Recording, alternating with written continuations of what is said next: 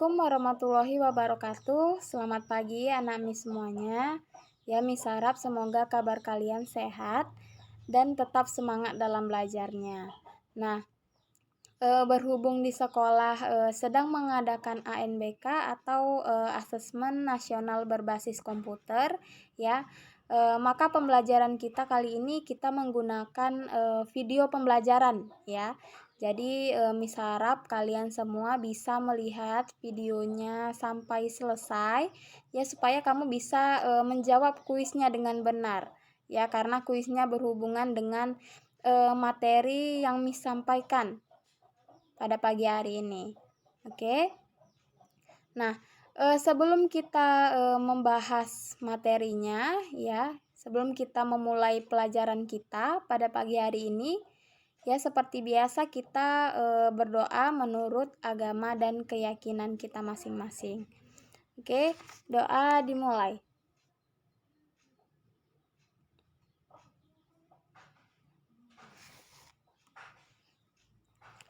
Doa selesai. Oke, anak Mi semua coba perhatikan, ya. Dengarkan baik-baik. Nah, materi kita pada pagi hari ini yaitu kita akan membahas mengenai pola pengembangan dalam teks eksposisi. Nah, ada 4 macam pola pengembangan dalam teks eksposisi, ya. Nah, apa aja dia? Oke, kita akan bahas satu persatu. Nah, pola yang pertama itu ada pola umum khusus. Nah, ini kalau lebih gampangnya lagi kamu ingat sebagai pola gagasan umum ke gagasan khusus, ya, seperti itu. Nah, pola umum khusus ini ialah ide pokoknya, ya. Ide pokok bagian teksnya ditempatkan pada awal paragraf yang kemudian diikuti oleh ide-ide penjelas. Ya, contohnya seperti paragraf deduktif. Ya, masih ingat ya paragraf deduktif? Nah, paragraf deduktif itu adalah paragraf yang gagasan umumnya atau gagasan utamanya terletak di awal paragraf. Ya. Nah, coba kamu lihat contohnya. Kalimat yang bercetak tebal itu merupakan gagasan umum, ya, atau gagasan utama. Nah, kemudian kalimat-kalimat yang lainnya, nah, itu merupakan gagasan khusus, ya, atau gagasan penjelas atau gagasan pendukung, ya, seperti itu. Oke, ingat ya, yang bercetak tebal itu merupakan gagasan umum atau gagasan utama. Nah, kemudian kalimat-kalimat yang lain itu merupakan gagasan penjelas atau gagasan pendukung dari gagasan utamanya, ya, seperti itu. Nah, selanjutnya ada pola khusus umum. Nah, ini pola gagasan khusus ke gagasan umum, ya. Nah, pola khusus umum ini ialah hal-hal yang bersifat khusus diikuti oleh uraian yang bersifat umum. Nah, ini sama seperti paragraf induktif. Ya, masih ingat ya anak Mi semua ya paragraf induktif. Nah, paragraf induktif itu ialah paragraf yang gagasan umumnya atau gagasan utamanya itu terletak di akhir paragraf. Ya. Nah, coba kamu lihat contohnya.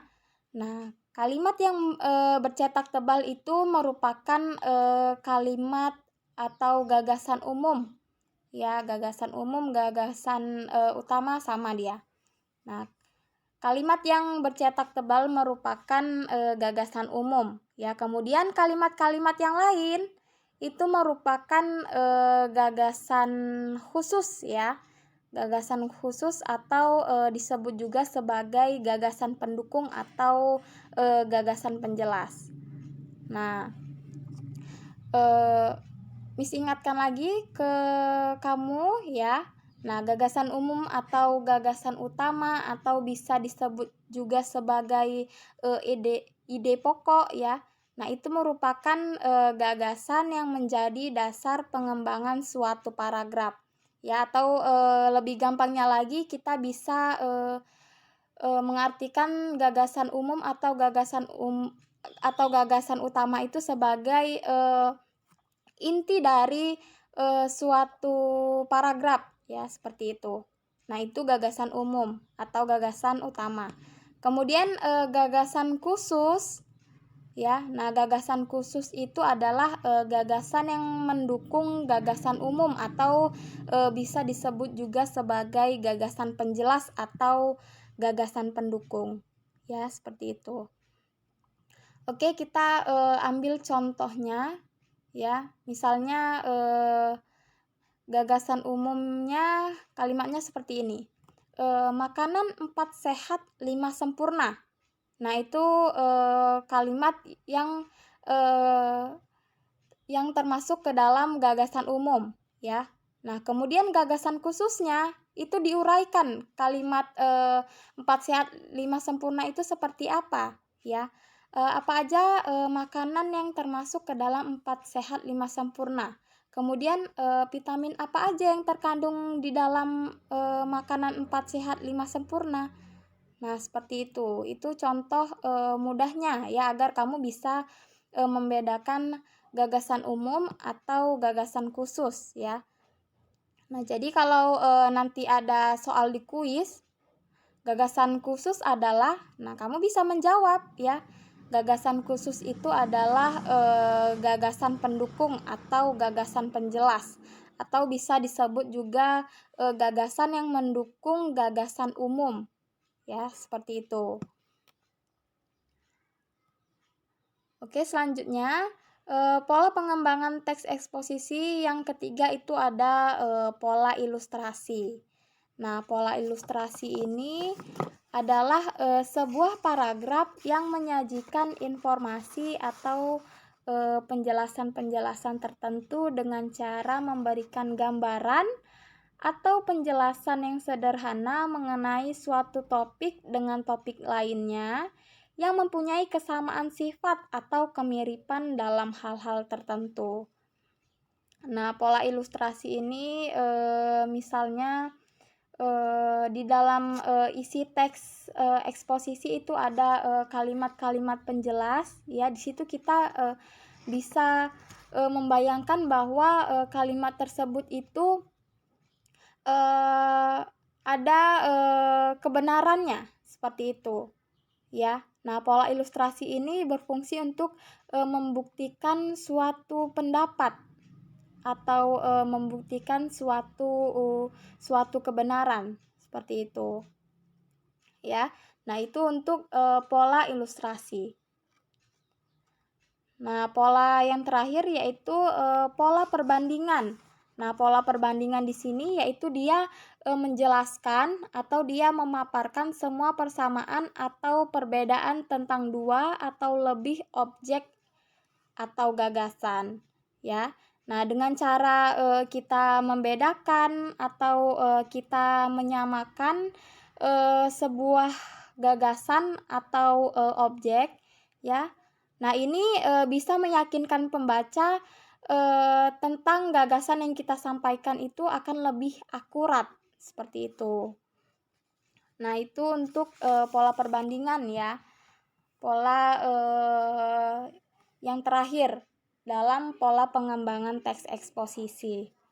Nah, untuk lebih jelasnya lagi ya, untuk kamu bisa membedakan apa itu gagasan umum atau gagasan khusus ya.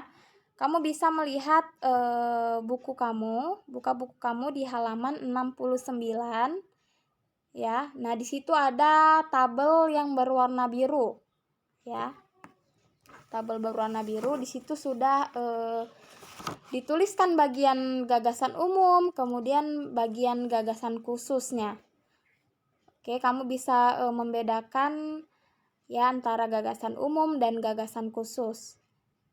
Jadi kamu bisa ingat gagasan umum itu gagasan yang menjadi dasar pengembangan suatu paragraf atau intinya ya.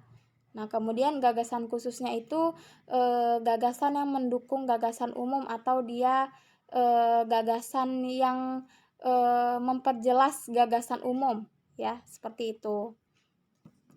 Oke, anak Miss, Sampai di sini materi yang bisa Mi sampaikan ke kamu, ya. Kalau ada yang kurang paham atau ada yang ingin ditanyakan mengenai pola pengembangan teks eksposisi, ya kamu bisa tanyakan di kolom komentar, ya. Nah, untuk absennya kamu jangan lupa ya isi absen di Google Classroom ya, nanti Miss jadwalkan. Oke. Sampai di sini ya materi yang bisa Miss sampaikan ke kamu. Mohon maaf jika ada kesalahan yang Miss sampaikan. Sampai berjumpa di pertemuan selanjutnya ya. Assalamualaikum warahmatullahi wabarakatuh. Selamat pagi semuanya.